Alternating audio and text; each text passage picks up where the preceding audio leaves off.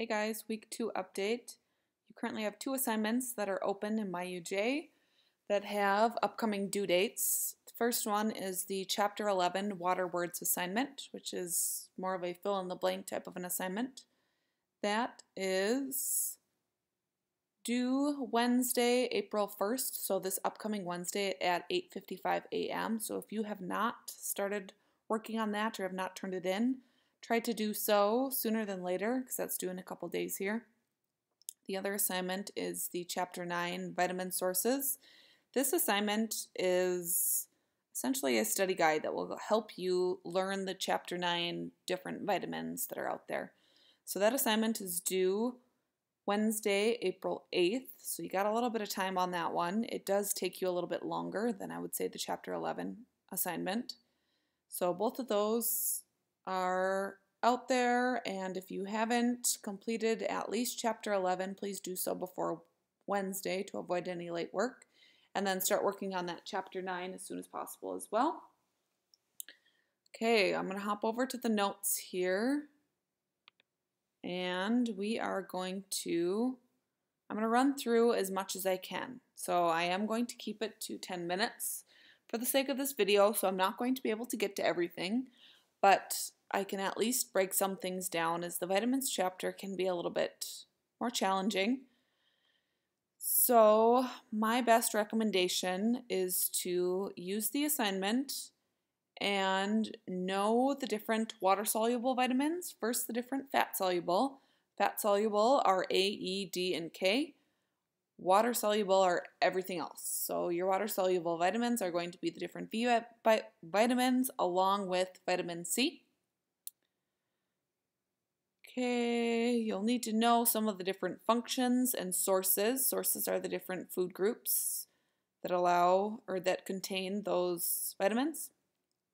Common health problems with deficiencies and excesses. I would say most commonly we focus on the deficiencies because excesses are pretty rare. You'd have to be consuming multiple multivitamins or multi-dosages a day to have an excess occur. Dietary recommendations. So the dietary recommendations we aren't going to focus as much on. So you will not need to memorize the different dietary recommendations of how much per vitamin you should be getting. We're going to talk a little bit about phytochemicals. Phytochemicals are common. We also call them superfoods or antioxidants. They are different chemicals that can fight off some carcinogens and have some healthy benefits on our bodies. Vitamin supplements, how to evaluate which to buy, and also comparing different ways of cooking and how they affect the vitamin content of foods. For example, if you were to boil broccoli in water, you're going to lose a lot of the vitamins to the water. Same like when you drain that, you're going to see the greenish tint to the water. You're losing those vitamins. So it's better to saute them or steam them for a cooking source that will maintain or retain, I should say, those vitamins. Okay, so we're going to skip past this. Vitamins are needed in very small dosages. They are organic compounds. They do not have caloric or energy density to them. The only source that would be, for example, if you were to take a chewy multivitamin rather than a pill form, you are going to have some calories in those, but that's not the vitamins, that's the calorie. It's the gummy component that makes it contain the calorie content. We need vitamins for nutrient metabolism, energy production, tissue maintenance, digestion, and they help fight off infections.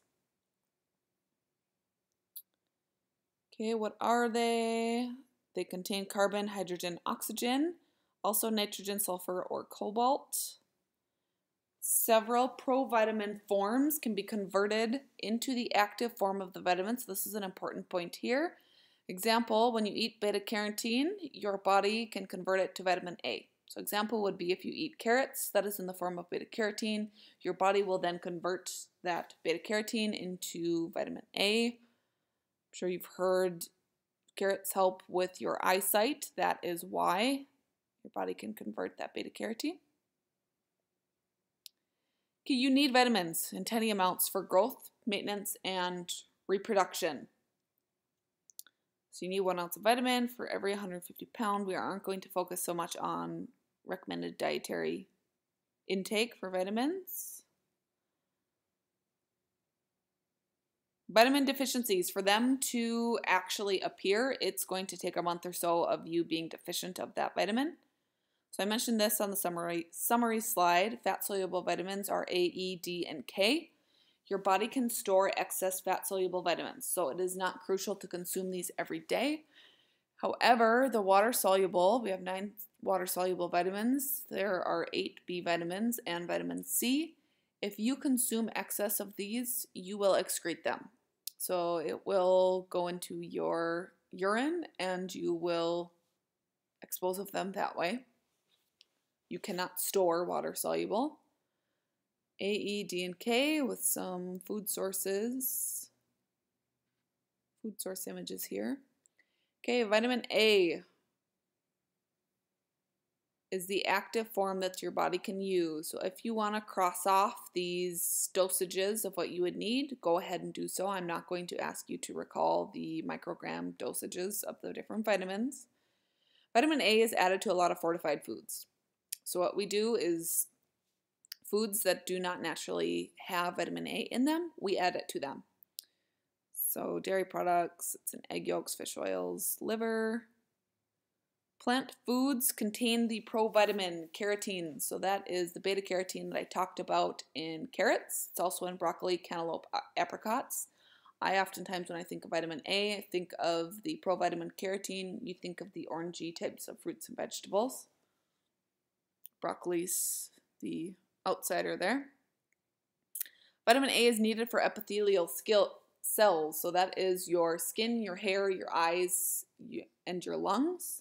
If somebody is deficient in vitamin A, so remember it would have to take more than a month or so to show up, but you would see some of these different components start to show up. So you would see the dry skin, dry hair, maybe their eyesight's not as good, red eyes, lung health. The most common deficiency of vitamin A to show up first is going to be night blindness, difficulty seeing at night, and then like I said, that dry scaly skin, feeling of fatigue. Excess vitamin A is rare, but a toxicity can lead to headaches, bone pain, hair loss, liver damage. Vitamin D can occur in 10 different forms. D2 and D3 are the provitamins important for the human body. D2 is in plants, D3 is in animal foods. We need both of them. So they can also be made, or D3 can also be made by the body when you are exposed to the sunlight. So living where we live, we do not get enough sunlight in these months. So you might need to be taking a supplement if you aren't eating enough animal foods. You might need a supplement to help get you enough vitamin D3. Food sources, it's in fish oil, fatty fish, eggs, butter, and vitamin D fortified milk. Okay, so exposure to sun does have some pros and cons. Vitamin D, its most important role is regulating calcium. So it triggers the release of calcium from the bones and enhances calcium absorption in the intestines. So we need calcium and vitamin D to work together for, right down here, healthy bones and regulating our cell cycle. Okay, I got just a couple more minutes here. I'm going to get through as much as I can. Vitamin D deficiency, rickets, was once a common childhood disease with lacking vitamin D. What it does is it has, or children form misshapen bones and they have bowed legs. The other more common diagnosis of vitamin D deficiency is osteomalacia, which is more commonly in older adults, but not always. It causes the leg and spine bones to soften and to bend. Too much vitamin D is rare. It can only happen with overconsumption of supplements. So rickets is shown here. You can see those bowed legs in or out, and then osteomalacia is the softening of the bones.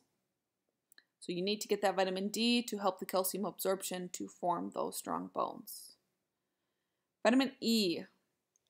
Vitamin E deactivates and transforms free radicals. So free radicals are unstable oxygen molecules that can damage tissue. It helps your immune and your nervous system. So vitamin E is very important to us. You can find it in wheat germ, whole grain, and fortified cereals. Foods prepared or processed with high heat lose their vitamin E values. That's really important. Okay, babies store vitamin E during the last few weeks of their mother's pregnancies. So deficiencies are rare. However, premature babies do not have enough of these stores. So babies that are born early, they don't get those last few weeks of vitamin E stores built up.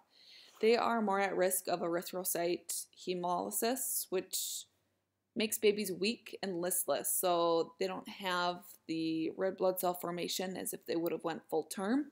So vitamin E might need to be supplemented in premature babies. Okay, vitamin K. I'm going to finish on vitamin K.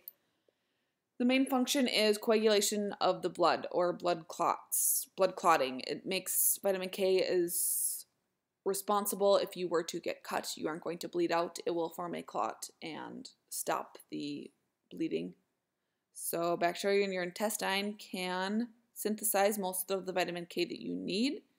Food sources of vitamin K are going to be your leafy greens, your broccoli, blueberries, eggs, and nuts as well. But our dark leafy greens are going to be best. So it's choosing spinach, kale, any of those dark greens over your like iceberg or romaine lettuce. Okay, here are our different sources of our fat-soluble vitamins. I'm going to stop here before we get into the water-soluble vitamins.